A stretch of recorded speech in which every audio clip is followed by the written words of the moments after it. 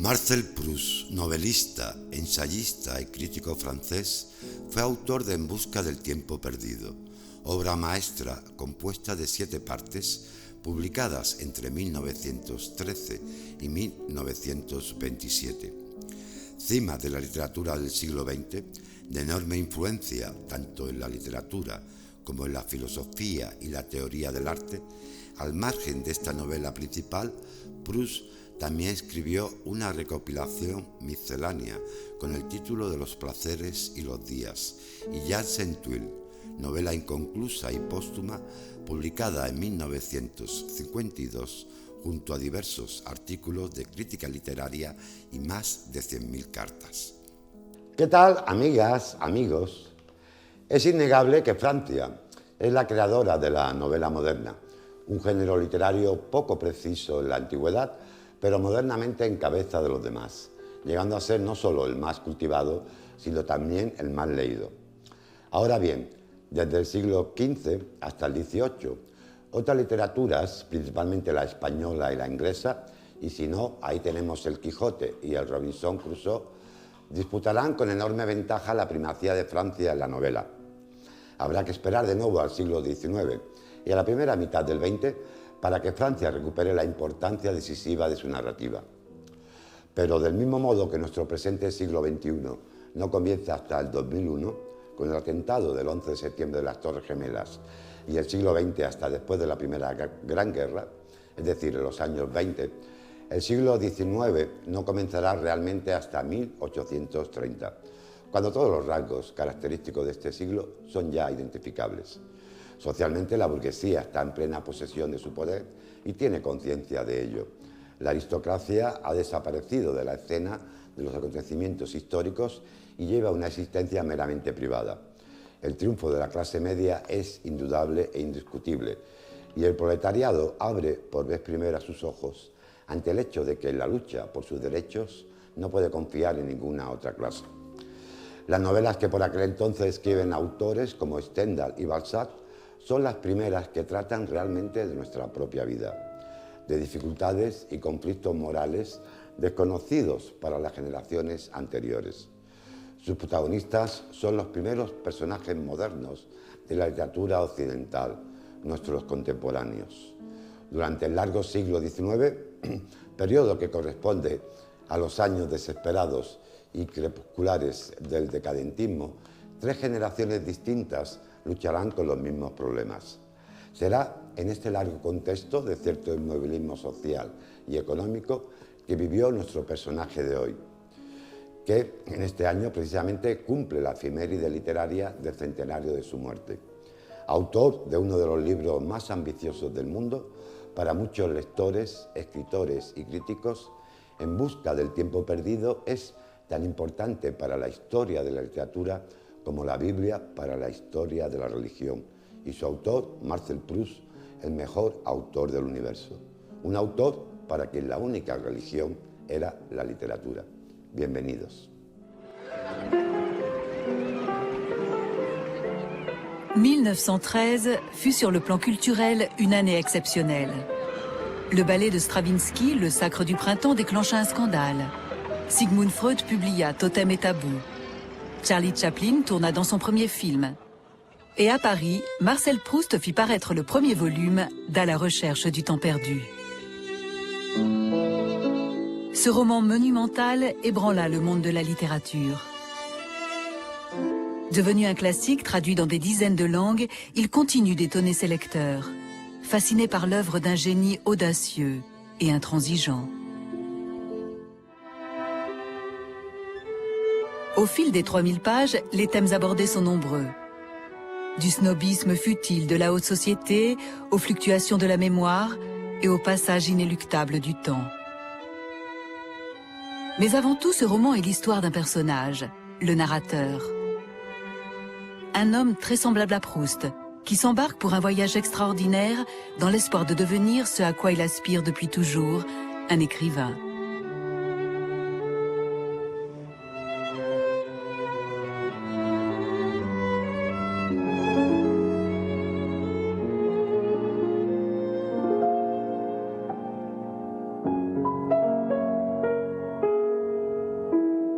Pour créer le narrateur de son roman, Proust s'inspira des paradoxes de sa propre personnalité. Célébrité de la vie mondaine parisienne, il se lia avec des aristocrates antisémites, lui qui était à moitié juif. Il a su dépeindre avec une intelligence remarquable l'amour entre un homme et une femme, alors qu'il était homosexuel. Et bien qu'il ait, comme il le disait lui-même, gâché sa jeunesse, à près de 40 ans, il décida de s'adonner à l'écriture avec une intensité rare dans l'histoire de la littérature.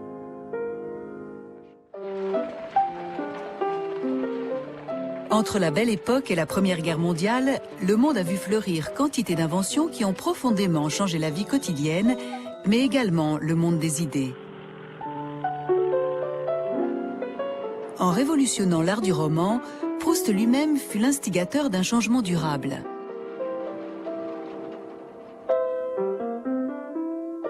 Marcel Valentin Louis-Eugène Georges Proust naît à Paris le 10 juillet 1871 dans une famille bourgeoise. Chétif, nerveux, d'une précocité exaspérante, il s'entend très bien avec son jeune frère Robert, qu'il affuble pourtant de surnoms moqueurs comme Sa Majesté. Plus tard, il aura le dernier mot dans leur rivalité affectueuse en faisant du narrateur de son roman un enfant unique. Madame Jeanne Proust, née Veille, est la fille d'un riche agent de change parisien. Très cultivée, fait rare pour une jeune fille de l'époque, elle parle plusieurs langues étrangères et cite tout naturellement des auteurs comme Victor Hugo et Molière. Le père de Marcel, Adrien Proust, est professeur à la faculté de médecine. Fils de petits commerçants catholiques, il a publié de nombreux traités médicaux et est devenu célèbre pour avoir mené en France la lutte contre les épidémies mortelles de choléra. De temps en temps, toute la famille va passer des vacances à Illiers, la ville natale du docteur Proust, à 25 km de Chartres. Plus tard, Marcel Proust s'inspirera de ces séjours en situant les premières scènes de son roman dans un village désormais légendaire, Combray.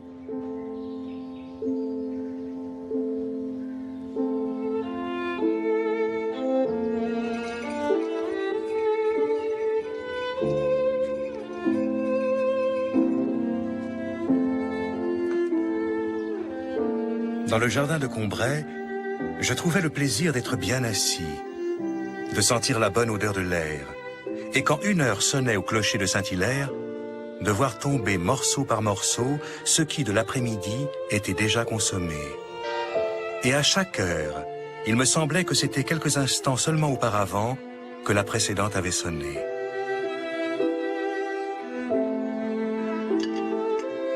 L'intérêt de la lecture, magique comme un profond sommeil, avait donné le change à mes oreilles hallucinées.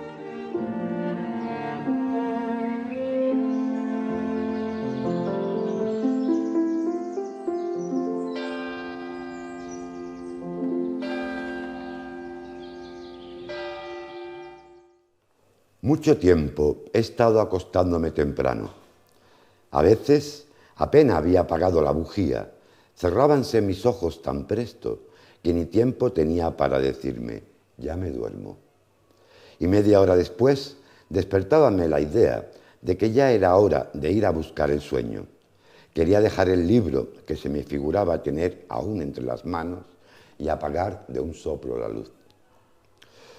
Durante mi sueño no había cesado de reflexionar sobre lo recién leído, pero era muy particular el tono que tomaban esas reflexiones, porque me parecía que yo pasaba a convertirme en el tema de la obra, en una iglesia, en un cuarteto, en la rivalidad de Francisco I y Carlos V. Tal el inicio, uno de los ínquipis más famosos de la literatura universal, de esta monumental obra maestra de Marcel Proust, compuesta de 7 partes publicadas entre 1913 y 1927, que suman más de 3.000 páginas. Ahí encontramos la idea esencial de la literatura. Se habla de un sueño, pero un sueño dirigido, y la memoria que evoca y distingue en la confusa dormevela la vigilia del sueño onírico, para confundirlos en una realidad indiferenciada. Y como detonante de todo ello, la lectura de un libro. Resulta un poco violento juzgar la importancia de En busca del tiempo perdido, ya que invariablemente juzgar a Proust es siempre violentarle, pero intentaremos un breve acercamiento a su obra a lo largo de varios programas de Maldita Literatura.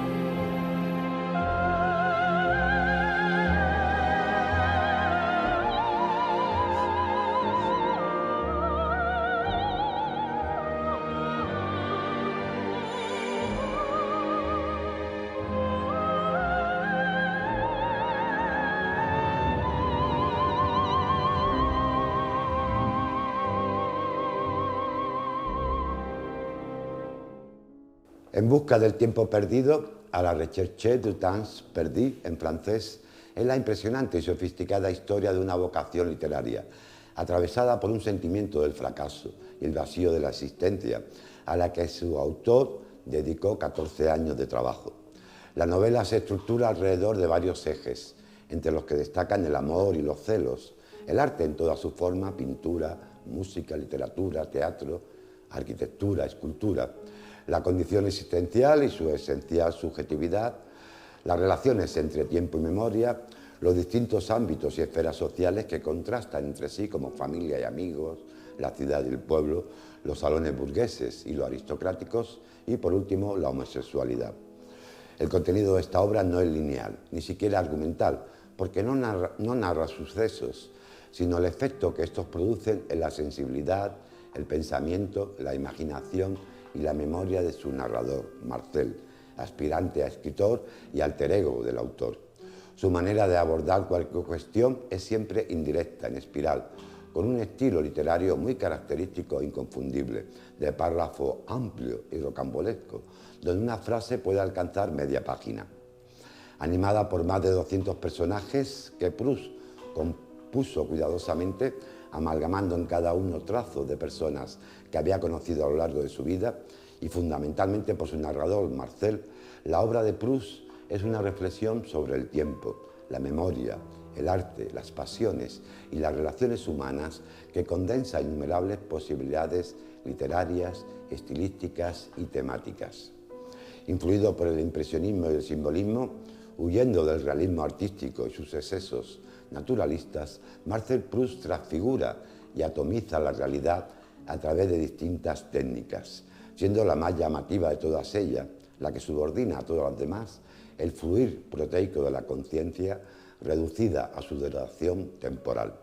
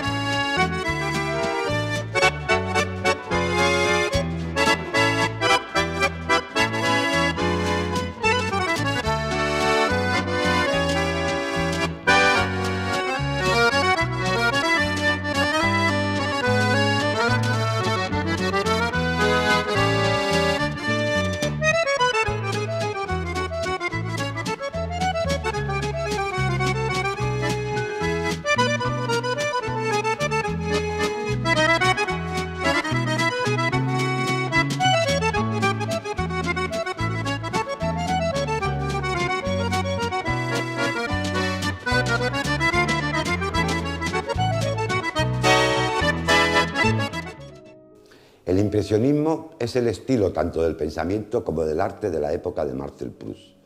Los tres grandes filósofos, Marx, Freud y Nietzsche, que acaban con el sano optimismo propio de la revolución industrial e inauguran la filosofía de la sospecha del nuevo siglo, comparten en sus distintas filosofías un mismo principio de desvelamiento, ya sea económico, de lucha de clases, de represión sexual o de poder, íntimamente ligado con el sentido impresionista de la época. Este concepto de engaño, que hunde sus raíces en la experiencia de que nuestros sentimientos e impresiones, estados de ánimo e ideas cambian constantemente, es una idea impresionista. El impresionismo encontraría su expresión más pura en la filosofía de Bergson, uno de los maestros de Proust, y especialmente en su interpretación del tiempo. Al fijar la mirada en cada impresión de los sentidos, comprobamos que ésta se aleja por la inevitable fluencia temporal. Sin embargo, no se trata de un inconveniente, sino de la condición misma de la percepción. El tiempo, cuestión central de la filosofía, no es ya el elemento en el que las ideas y los ideales pierden su valor, la vida y la muerte su sustancia, sino la forma real de nuestra vida espiritual, de nuestra naturaleza viva, antítesis de la materia muerta y de la rígida mecánica. No nos empobrecemos por el tiempo pasado y perdido, sino que precisamente es el tiempo el que llena nuestra vida de contenido. El cambio en esta concepción del tiempo y con ella de toda nuestra experiencia de la realidad se consuma paso a paso, primero en la pintura impresionista, después en la filosofía de Bergson y finalmente, del modo más explícito y significativo, en la obra de Marcel Proust. La novela de Proust es la justificación de la filosofía de Bergson. Los tenues recuerdos que llenan En busca del tiempo perdido fluyen a través de toda clase de recursos imaginables, descripciones poéticas, comparaciones, metáforas, reflexiones metafísicas. Pero lo más llamativo es el propio mecanismo estructural por el que su narrador sucumbe a toda clase de distracciones en su descripción de las vicisitudes de la burguesía y la aristocracia. Esa memoria defectuosa que conlleva abundantes apreciaciones, sesgadas y en parte corregidas por esa facultad de la memoria involuntaria, procura a su protagonista raros momentos de felicidad, momentos de contacto con el pasado que se producen a raíz de episodios casuales con el presente y que vuelven a despertar sensaciones, percepciones y recuerdos perdidos mucho tiempo atrás. Son esos momentos los que le confieren una estructura única a esta novela, que sin duda, más que ninguna otra, exige una atenta lectura. Cuando Marcel Proust, en su más famosa escena de En busca del tiempo perdido, incluida en su primer volumen, Por el camino de Swann, nos habla de que el olor y el sabor de una magdalena mojada en té le recuerdan súbitamente paisajes queridos de su infancia, nosotros no podemos participar de esa intuición, ni de esa asociación de imágenes, porque son patrimonio de un solo hombre, pero reconocemos que también nos suceden recuerdos similares. Del romanticismo al arte siempre se le había responsabilizado de la pérdida de la vida. Proust será el primero en ver en la contemplación, el recuerdo y el arte no solo una forma posible, sino la única forma posible de poseer la vida. No hay otra felicidad para Proust que la del recuerdo, que revivir, resucitar y conquistar el tiempo pasado, pues, como nos dirá, los recuerdos, los paraísos, los verdaderos paraísos, son los paraísos perdidos. Hace ya muchos años que de mi infancia en Combre solo existía para mí la tragedia cotidiana de acostarme. Un día de invierno, al volver a casa, mi madre, viendo que yo tenía frío, me propuso tomar, contra mi costumbre, un poco de té. Dije que no primero, pero luego, no sé por qué, cambié de opinión. Mandó a comprar uno de esos bollos pequeños y rollizos que se llaman magdalenas y que parecen haber sido moldeados en las valvas con ranuras de una concha de Santiago. Pronto, maquinalmente, agobiado por el día triste y la perspectiva de otro igual, me llevé a los labios una cucharada de té en la que había dejado reblandecer un trozo de magdalena. Pero en el instante mismo que el trago de té y migajas de bollo llegaban a mi paladar, me estremecí, dándome cuenta de que pasaba algo extraordinario. Me había invadido un placer delicioso, aislado, sin saber por qué, que me volvía indiferente a vicisitudes de la vida, a sus desastres inofensivos, a su brevedad ilusoria, de la misma manera que opera el amor, llenándome de una esencia preciosa. O más bien, esta esencia no estaba en mí, sino que era yo mismo. Y no me sentía mediocre, limitado, mortal. ¿De dónde podía haberme venido esta poderosa alegría? Me daba cuenta de que estaba unida al gusto del té y del bollo, pero lo sobrepasaba infinitamente. No debía de ser de la misma naturaleza. ¿De dónde venía? ¿Qué significaba? ¿Cómo apresarla? Y de repente el recuerdo aparece. Ese gusto es el del trocito de magdalena que el domingo por la mañana, en Combray, porque ese día yo no salía antes de la hora de misa, cuando iba a decirle buenos días a su habitación, mi tía Leoni me daba, después de haberlo mojado en su infusión de té o de tila. La vista de la pequeña Magdalena no me había recordado nada antes de probarla, quizás porque, habiéndolas visto a menudo después, sin comerlas, sobre las mesas de los pasteleros, su imagen había dejado esos días de Combray para unirse a otros más recientes. Y desde que reconocí el gusto del trocito de magdalena mojada en la tila que me daba mi tía, aunque todavía no supiera y debiera dejar para más tarde el descubrir por qué ese recuerdo me hacía feliz, enseguida la vieja casa gris, donde estaba su habitación, vino como un decorado teatral a añadirse al pequeño pabellón que estaba sobre el jardín.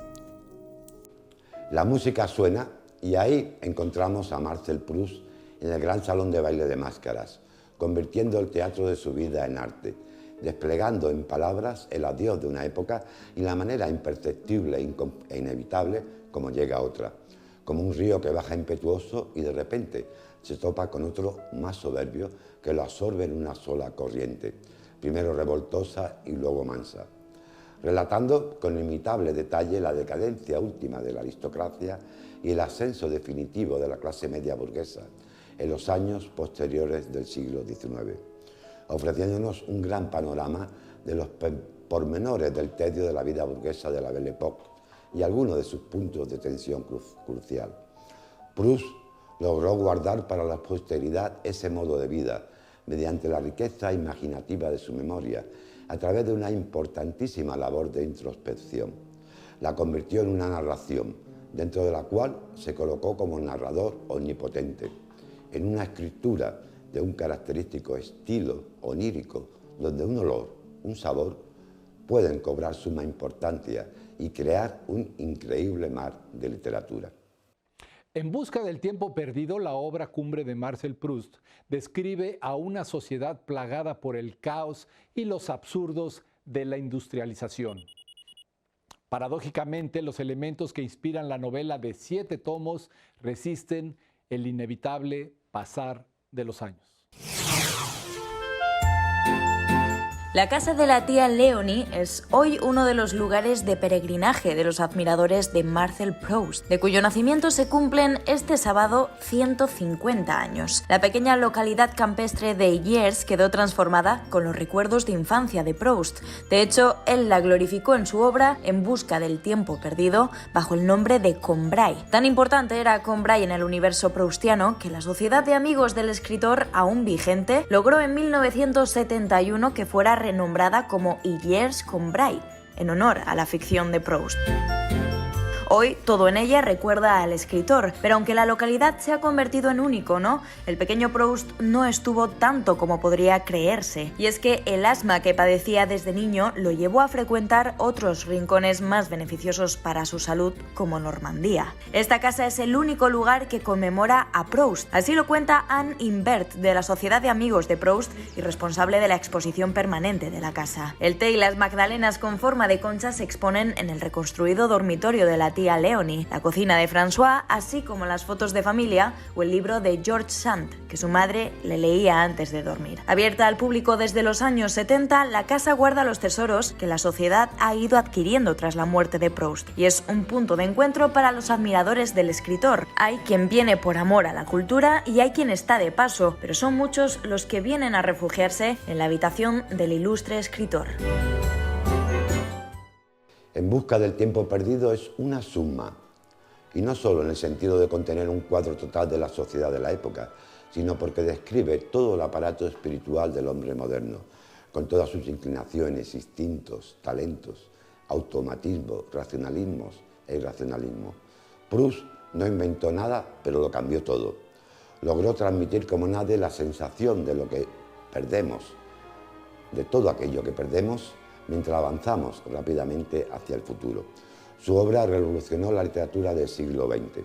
Hasta entonces, en la novela anterior del siglo XIX, el alma y el carácter del hombre son vistos como el polo opuesto al mundo de la realidad física, y la psicología considerada como el conflicto entre el interior y el mundo exterior. Esta psicología dejará de predominar en Proust, al igual que en otros autores posteriores, como Joyce y Kafka. Sus obras ya no son novelas psicológicas en el sentido en que lo eran las grandes novelas del siglo XIX. Proust, Joyce y Kafka serán los tres grandes y más representativos escritores que inauguren el atormentado siglo XX. Muchas gracias por estar ahí y hasta la semana que viene.